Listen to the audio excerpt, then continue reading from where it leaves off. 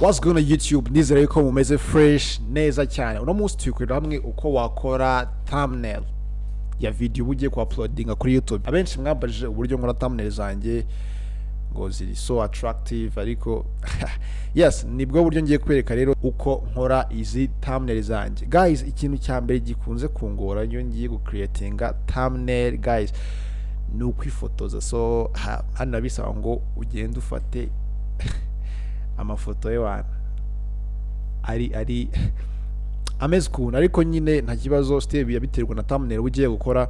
Kandi mbere yuko ukora iyo thumbnail ugomba kubuzi video ukoze either na title kugira ngo uze creatinga thumbnail iri attractive ku buryo uyibonye wese nyine ahita yikandaho akabona yuko nyine iri attractive.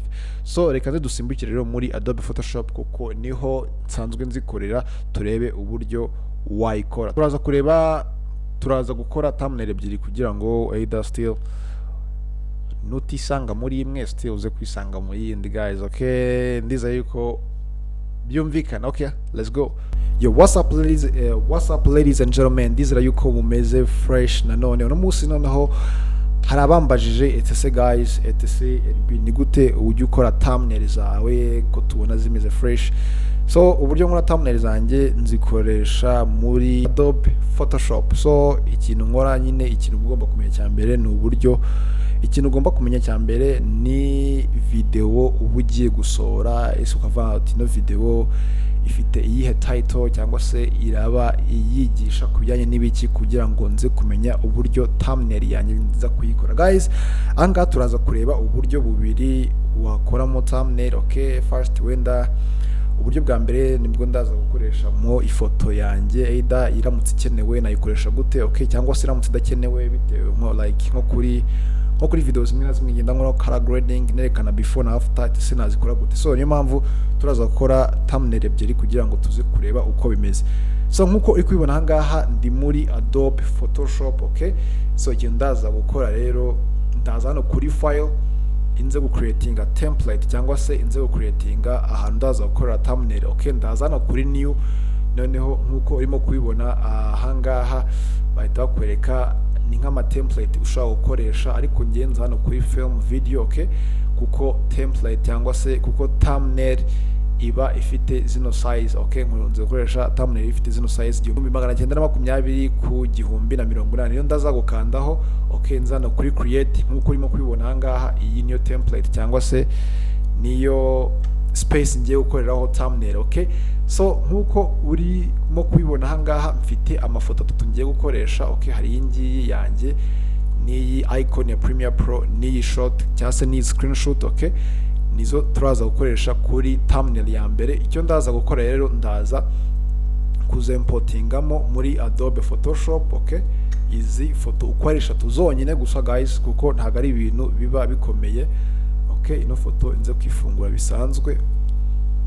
Okay guys, icyo ndaza gukora ubwo n'urugero ngiye gukora thumbnail yigisha. N'urugero title yanjye iravuga iti tangira wige gukoresha Adobe Premiere Pro bwa mbere.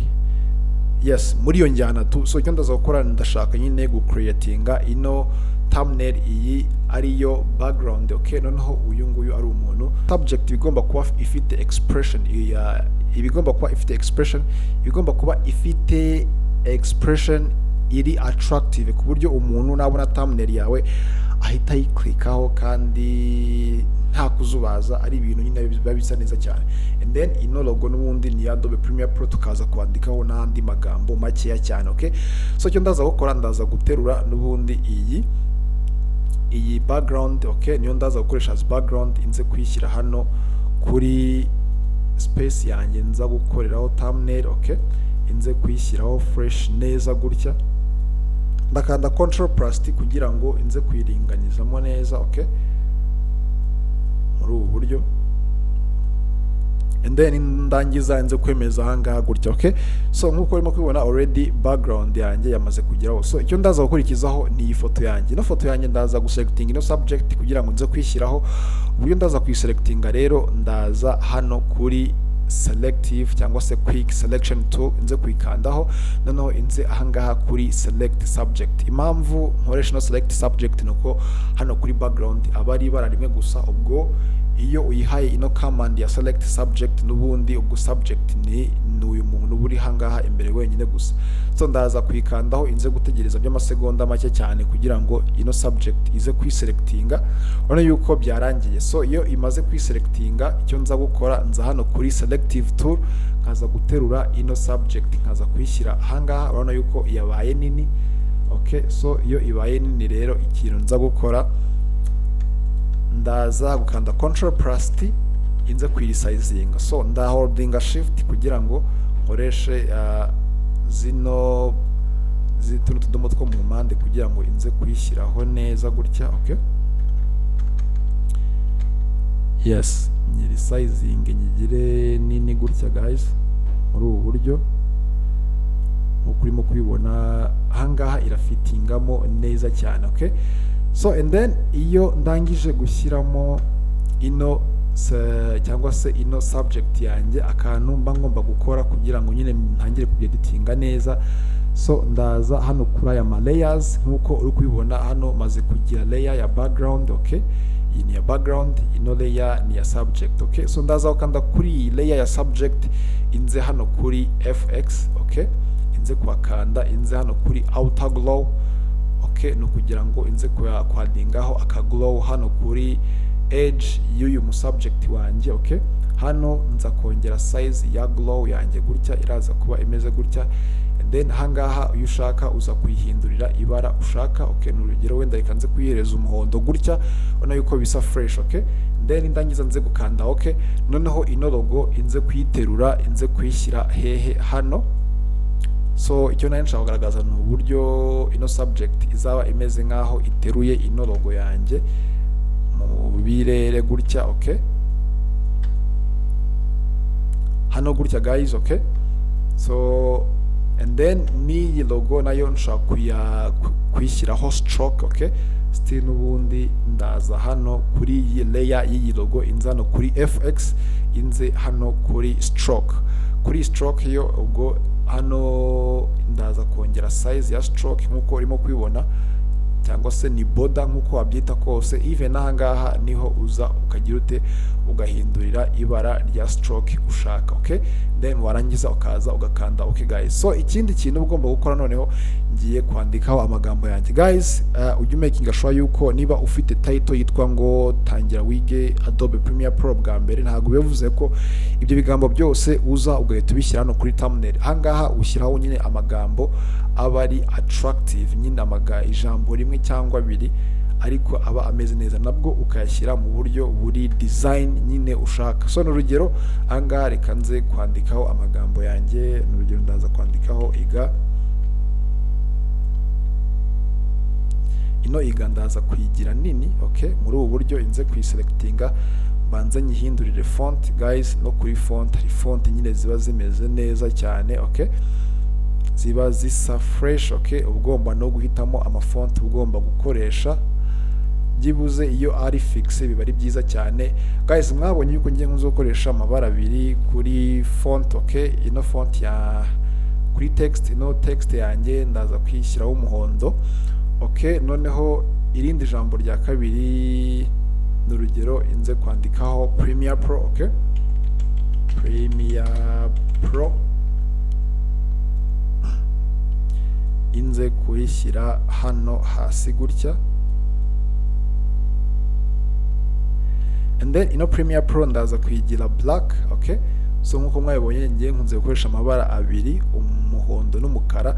And then icyo ngiye gukora noneho ngiye kubodaringa cyangwa se ngiye kubodaringa ino jambo rya mbere n'irya kabiri, ariko amabara mitinyagira inverse. Ubwo hano ari umuhondo ndahita mbodaringa bigira umukara, hano ari umukara ndahita mbishyiraho umuhondo. So ndaza gucreatinga layer iri empty. So creating a layer iri empty nza hangaha kuri iyi plus. Okay, ariko nkayicreatingira hasi y'aya magambo yanjye. So nkaza gukoresha ino tool yitwa rectangular mark tool. Okay, inze guselectinga iri jambo rya mbere iga. Okay, ubwo iri iga ndahita nza guchuzinga black, nze kuyigira background ya black. Ubwo ndeta nza hano kuri brush tool, so inze kubrushinga iri jambo ryanjye. Okay, iga noneho ubwo nindangiza nkande nze hano kuri select, nkore deselect. Okay, ona yuko bino bya mbere ndabirangije. Still ngaruke hanga n'ubundi inze guselectinga kuri iri jambo ryanjye rya kabiri. Ubwo ahanga ndatanza guhitamo umuhondo, so nshaka guhitamo umuhondo nk'uyu nguyu n'ubundi ndaza kukandamo. Urabona kano ga fresh kaba kari hano, iyo nje gukanda mu ibara nshaka gahita karifata, nkaza kanda okay. N'ubundi ngetanza hano kuri brush tool nkaza guhita selecting iki, aza guhita selectinga rya jambo ryanjye rigahita rijya hehe muri iyi square imeze gutya. So guys, nkuko urimo kubibona ino thumbnail nta kintu bitwaye. So ndetanza hano kuri ya background yanjye iyi ngiyi. Okay, nkuko urimo kwibona hano, iyo nshaka nayo ndaza nkayongerera, nkayeditinga cyangwa se nkayihereza ibara runaka. Okay, so ikintu ndaza gukora rero, ndaza kuyikandaho inze hano muri camera raw. Okay, so muri camera raw nze kuyongerera ino sharpen kugira ngo ize kugaragara cyane. Hano iba ino sharpen ibarizwa hano muri details. Okay, ndaza kongera ino sharpen. Okay, nkaza no kongera ino vignette hano muri optics. Okay, nukongera black hano muri kunguni, nkaza gukanda. Okay, so nkuko urimo kwibona rero nuko nguko biraba bimeze guys. Urabona nkuko ino thumbnail yanjye imeze, irasa neza cyane kandi nta n'ibikabyo byinshi bya danger ifite. Eda ni space ibiri hano hejuru, iyo ushaka wandikaho ijambo ushaka. Okay, kuko hano hari empty. Okay, cyangwa se washaka byora nkuko urimo kwibona ino thumbnail yanjye ntacyo itwaye. So nuko nguko wakora ino thumbnail iriho ino face yawe washatse gushyiraho isura yawe. Okay, then ukaza kwandikaho nicyo igamije ku buryo uyibonye ahita amenya nyine video akeneye, cyangwa se niba ariyo video cyangwa se niba ariyo video akeneye kureba. Okay, so guys, dusimbukiye kuri thumbnail ya kabiri rero, ndaza n'ubundi nk'ibisanzwe creating ya template yanjye. So icyo mfite ahangaha, mfite amafoto abiri asa. Okay, novango let's suppose yuko ya mbere ari before indi ari after. So icyo ndaza gukora rero, ndaza kuimportingamo muri Adobe Premiere Pro. Okay, ni muri bwa buryo nababwiye nshaka wenda kwerekana nka color grading mba nakoze. Okay, so let's suppose ko ino foto ya mbere ari before, then iyi ngiyi ari after. Okay, ndaza kuziselectinga zombi inze kuzinjiza muri Photoshop. Okay, so nindangiza icyo ndaza gukora, ndaza kuziterura zose, ya mbere nyishyireho kandi yes, no kuyiterura ukayidragging ukayiterekaho. Okay, so iyo maze kwishyiraho guys, ona ni screenshot mba nafashe. Okay, iyo maze kuyishyiraho gutya, ndaza kanda Ctrl+T kugira ngo nyiri sizing. Ariko nyiri sizing guys na holdinze shift kuri keyboard yanjye kugira ngo bize kugwamo neza cyane gutya, na holdinze shift kuri keyboard yanjye. Okay, so and then narangiza nkaza no gufata ingi ya kabiri naho nkaza kuyiterura nkayishyiraho. Okay, nayo nkaza gukanda Ctrl+T, nkaza kano kadomo ka mbere nkabanza nagashyira kuri iyi nguni, noneho nkaza kugabanya akangaka ka kabiri ariko na holdinze shift guys. Okay, then narangiza nkaza kwemeza ahangaha, and then nkuko urimo kwibona nahangaha mfite noneho amalayer abiri. So icyo ngiye gukora guys, ngiye guseparatinga, mvuga ngo imwe ni before indi ni after. So icyo ndaza gukora rero, iyi ngiyi ya after ndaza kwigeza kuri ruhande aba ariho nyishyira, noneho iyi ngiyi ya before inze kwishyira kuri uru ruhande gutya guys. Okay, so icyo ndaza gukora, urabona yuko iyi ngiyi ya kabiri hejuru ndaza gusa nkaho nyitriminze cyangwa se nkata igice kimwe, noneho kugira ngo indi ize kubona igaragare neza cyane. So icyo ndaza gukora, ndaza gukanda n'ubundi kuri layer yo hejuru kuko ni iyi ngiyi ngiye gukata. Okay, noneho inze hano kuri ya rectangular mark tool yanjye inze guselectinga kino gice nshaka gukuraho. Okay, gerageza kubinganyisha. Okay, no ikindi nshaka gukuraho, ndahita nzanga kuri gome cyangwa se eraser tool, noneho inze gusiba hano ntashaka. Okay, still mitenza hano kuri select and deselect kugira ngo ino selection iveho. so inze kugerageza kubibalansinga bibize kuba bingana. Okay, biraza kuba bingana muri ubu buryo.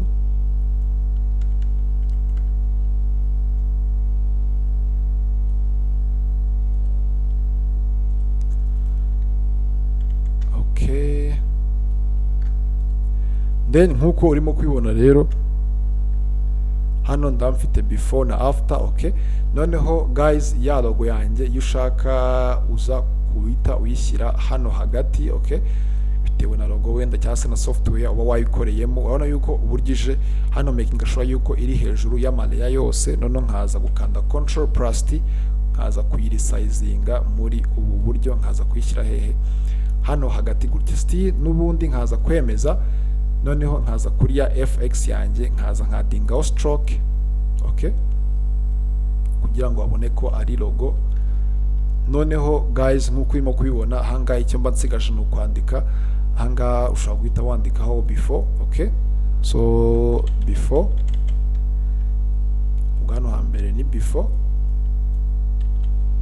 byandika mu nyuguti nkuru guys. Okay, hano ni before.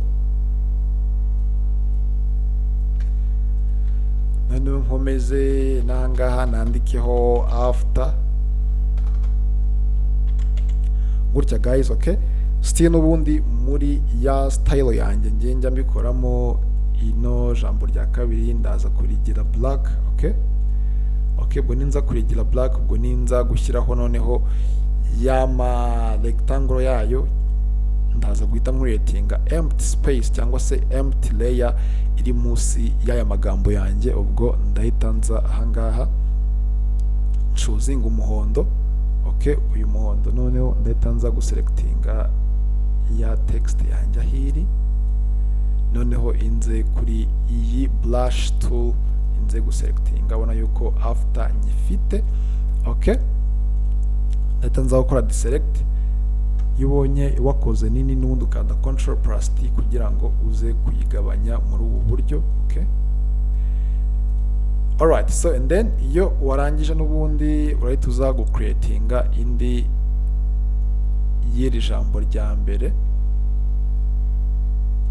Okay, tanza gucreatinga y'iri jambo rya mbere.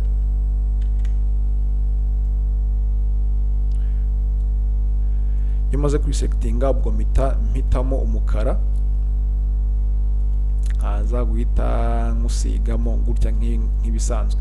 so guys nkuko urimo kwibona nuko nguko ushobora creatinga thumbnail imeze fresh nta bintu byinshi wiriwe ushyiramo. Okay, so kuyambere uko twabonye wayi creatinga n'ubundi still na amafoto ugenda wubaka ugahuza. Okay, kugira ngo uze kugaragaza meaning ya video yawe kandi biri na attractive. That's all. nuko nguko rero nayikoze, nuko nguko nakoze izi thumbnail zanjye. so guys mufite ikibazo rero uze kunyandikira muri comment hasi kugira ngo mbashe kugusobanurira neza byimbitse. and then ntugende wakoze subscribe, like, share na comment kugira ngo dukomeze staying in touch. so ndabakunda cyane rero, tuze guhurira muri video y'ubutaha. Peace guys.